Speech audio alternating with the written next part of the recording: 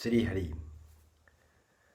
पद्म पुराण अंतर्गत गीताकार ने उत्तरखंड में दर्शन कराया गया है कि प्राणी में बैर भाव की समाप्ति कैसे होती है। तो बैर भाव की समाप्ति के लिए दर्शन आया है। श्री भगवान कहते हैं, लक्ष्मी, प्रथम अध्याय के महात्म का उत्तम उपाख्यान मैंने तुमसे सुना दिया। अब अन्य अध्यायों की महात्म श्रवण करो। दक्षिण दिशा में वेद वेत्ता ब्राह्मणों के पुरंदरपुर नाम का नगर में श्रीमान देव शर्मा नामक एक विद्वान ब्राह्मण रहते थे। वे अतिथियों के पूजक, स्वाध्यायशील, वेद शास्त्रों के विशेषज्ञ, यज्ञों का अनुष्ठान कराने वाले और तपस्वियों के सदा ही प्रिय थे। उन्होंने उत्तम द्रव्यों के द्वारा अग्नि में हवन करके दीर्घ काल तक देवताओं को तृप्त किया, किंतु उन धर्मात्मा ब्राह्मण को कभी सदा रहने वाली शांति नहीं मिली। वे परम कल्याणमय तत्व का ज्ञान प्राप्त करने की इच्छा से प्रतिदिन प्रचुर सामग्रियों के द्वारा सत्य संकल्प वाले तपस्वियों की सेवा करने लगे। इस प्रकार शुभ आचरण करते हुए उन्हें बहुत समय बीत गया। तदनंतर एक दिन पृथ्वी पर उनके समक्ष एक त्यागी महात्मा प्रकट हुए। वे पूर्ण अनुभवी, आकांक्षा रहित, नासिका की अग्रभाग पर दृष्टि रखने वाले तथा शांत चित्त थे। निरंतर परमात्मा में चित्त में संलग्न हो वे सदा आनंद विभोर रहते थे।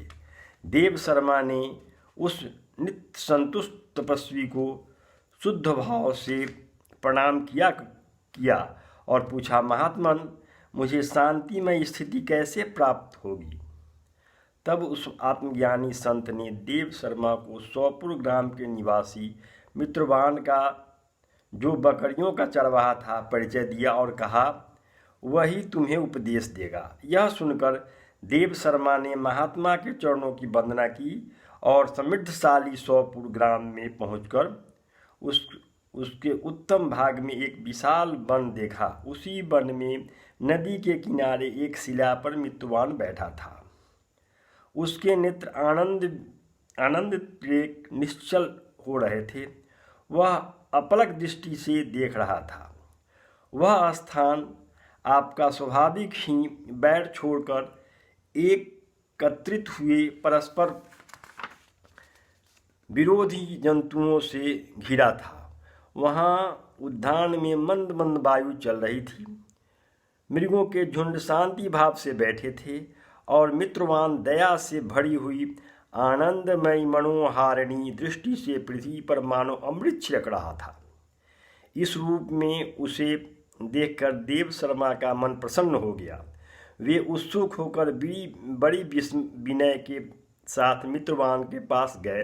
मित्रवान ने भी अपने मस्तक को किंचित नवाकर देव शर्मा का सत्कार किया। तदनंतर विद्वान देव शर्मा अन्य चित्त से मित्रवान को समीप गए और जब उसके ध्यान का समय समाप्त हो गया, उस समय उन्होंने अपने मन की बात पूछी। महाभाग, मैं आत्मा का ज्ञान प्राप्त करना चाहता हूँ। मेरे इस मनोरथ की पूर्ति के लिए मुझे किसी एक उपाय का उपदेश कीजिए, जिससे सिद्धि प्राप्त हो चुकी हो। देव शर्मा की बात सुनकर मित्रवान ने एक क्षण तक कुछ विचार किया। उसके बाद इस प्रकार कहा, विद्वान, एक समय की बात है, मैं वन के भीतर बकरियों की रक्षा कर रहा था। उसमें ही एक भयंकर व्याघ्र पर मेरी दृष्टि पड़ी, जो मानो सबको ग्रास कर लेना चाहता था।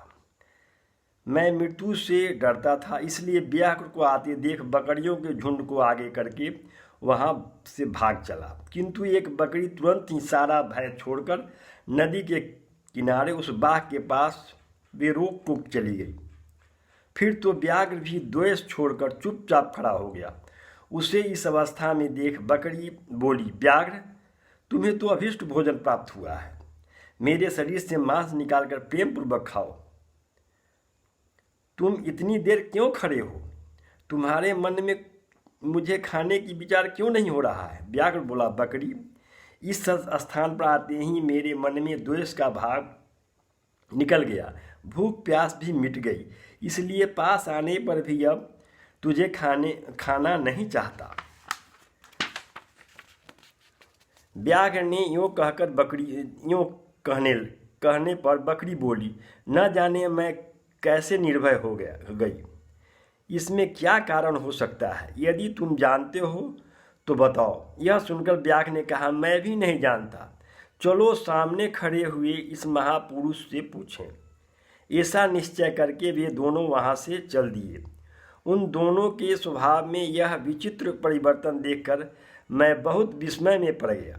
इतने में ही उन्होंने मुझसे ही आकर प्रश्न किया। वहाँ वृक्ष की शाखा पर एक बानरराज था। उस दोनों के साथ मैंने भी बानरराज से पूछा। विप्रवर, मेरे पूछने पर बानरराज ने आदरपूर्वक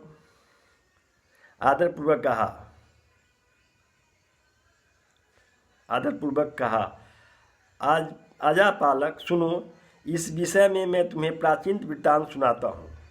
यह सामने वन के भीतर जो बहुत बड़ा मंदिर है, उसी की ओर देखो। इसमें ब्रह्मा जी को स्थापित किया हुआ एक शिवलिंग है। पूर्व काल में यहाँ सुशर्मा नाम का एक विद्वान महात्मा रहते थे। वे तपस्या में संलग्न होकर इस मंदिर में उपासना करते थे। वे वन से फूलों को संग्रह कर लाते और नदी के जल से पूजनीय भगवान शंकर को स्नान कराकर उन्हीं से उनकी पूजा किया करते थे। इस प्रकार आराधना का कार्य करते हुए सुकर्मा यहाँ निवास करते थे। बहुत समय के बाद उनके समीप किसी अतिथि का आगमन हुआ। सुकर्मा ने भोजन के लिए फल लाकर अतिथियों को अर्पण किया और कहा, विद्वान, मैं केवल तत्व ज्ञान की इच्छा से भगवान शंकर की आराधना करता हूँ। आज इस आराधना का फल परिपक्व होकर मुझे मिल गया है, क्योंकि इस समय आप कैसे महापुरुष ने मुझ पर अनुग्रह किया है। सुकर्मा के यो मधुर वचन सुनकर तपस्या के धनी महात्मा अतिथियों की बड़ी प्रसन्नता हुई और उन्होंने एक शिलाखंड पर गीता का दूसरा अध्याय लिख दिया और ब्राह्मण को उसके पाठ एवं अभ्यास के लिए आज्ञा देते हुए कहा, ब्राह्मण, इससे तुम्हारा आत्मज्ञान संबंधी मनोरथ अपने आप सफल हो जाएगा। यो कहकर वे बुद्धिमान तपस्वी सुकर्मा के सामने ही उनके देखते देखते अंतर्ध्यान हो गए। सुकर्मा विस्मय होकर उनके आदेश के अनुसार निरंतर गीता के द्वितीय अध्याय का अभ्यास करने लगे। तदंतर दीर्घकाल तक पश्चात अंतःकरण शुद्ध होकर उन्हें आत्मज्ञान की प्राप्ति हुई। फिर वे जहाँ गए वहाँ तपोवन शांत हो गया। उनमें शीत, उष्ण और राग द्वेष आदि की बाधाएं दूर हो गई। इतना ही नहीं, उन स्थानों में भी भूख प्यास का कष्ट भी जाता रहा तथा भय का सर्वथा अभाव हो गया। यह सब द्वितीय अध्याय के जप करने वाले सुकर्मा ब्राह्मण की तपस्या का ही प्रभाव समझो। मित्रवान कहते हैं, वनराज के यो कहने पर मैं प्रसन्नतापूर्वक बकरी और बाघ के साथ उस मंदिर की ओर गया। वहां जाकर शिलाखंड पर लिखे हुए गीता के द्वितीय अध्याय को मैंने देखा और पढ़ा। उसी की आवृत्ति करने से मैंने तपस्या का पार पा लिया। अतः भद्रपुरुष, तुम उस सदा द्वितीय अध्याय की आवृत्ति किया करो। ऐसा करने पर मुक्ति तुमसे दूर नहीं होगी। श्री भगवान कहते हैं, प्रिय मित्रवान के इस प्रकार आदेश देने पर देवशर्मा उसका पूजन किया और उसे प्रणाम करके पुरंदरपुर की राह ली। वहाँ किसी देवालय में पूर्वोक्त आत्मज्ञानी महात्मा को पाकर उन्होंने यह सारा वृत्तांत निवेदन किया और सबसे पहले उन्हीं से द्वितीय अध्याय को पढ़ा। उनसे उपदेश पाकर शुद्ध अंतःकरण वाले देवशर्मा प्रतिदिन बड़ी श्रद्धा के साथ द्वितीय अध्याय का पाठ करने लगा। तब से उन्होंने अनवद्य प्रशंसा के योग्य परम पद को प्राप्त कर लिया। लक्ष्मी ये द्वितीय अध्याय का उपाख्यान कहा गया है। महात्म्य में आया है कि द्वितीय अध्याय को पढ़ने से, सुनने से आदमी का बैर भाव खत्म हो जाता है और वह आनंद को प्राप्त कर लेता है। श्री हरि।